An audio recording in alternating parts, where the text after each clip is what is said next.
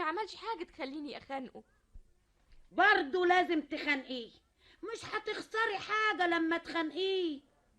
قواعد الزوجية بتقول إن الزوج يعتبر خائن حتى تظهر براءته. يعني عايزاني أخانقه من غير سبب يا ماما؟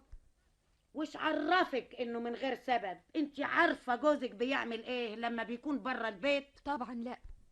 خلاص، لابد يكون فيه سبب وانت مش عارفاه. خانقيه وهو يدور على سبب يقولهولك.